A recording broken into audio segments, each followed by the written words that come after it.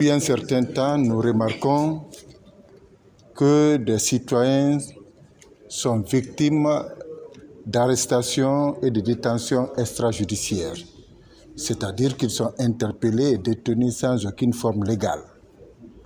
Et le plus souvent, ces citoyens sont interpellés par des agents encagoulés sans convocation préalable qui ne sont munis d'aucun mandat de justice.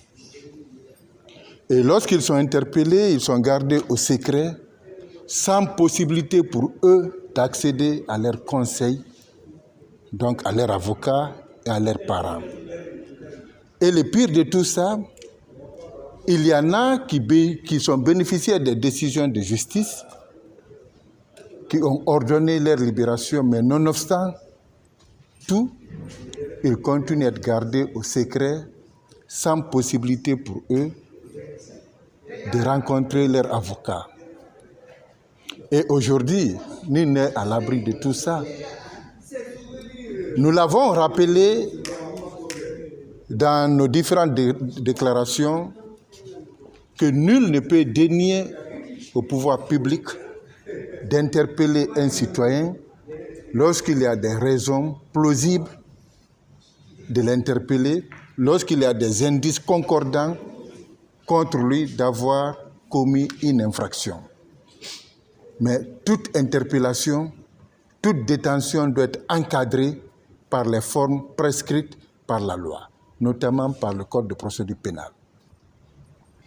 C'est pourquoi nous avons dit qu'il faut que le barreau dénonce ces situations, ce qui nous a amené à convoquer ce matin une assemblée générale extraordinaire, au cours de laquelle les résolutions suivantes ont été prises.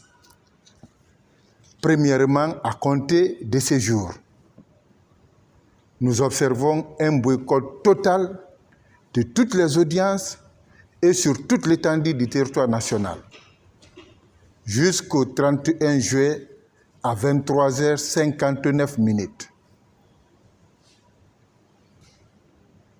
Le cours des événements pourrait changer si les personnes interpellées et détenues illégalement ou arbitrairement sont présentées à un juge.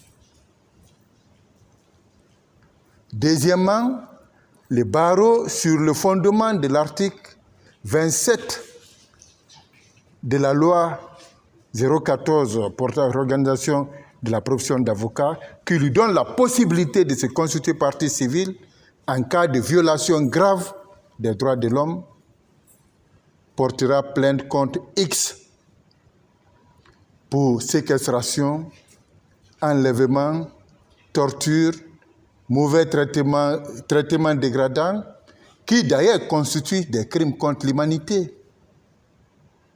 Donc ce sont là principalement les résolutions prises par le barreau. À côté, le barreau a acté qu'il faille organiser cette année la rentrée solennelle à l'image des autres barreaux du monde.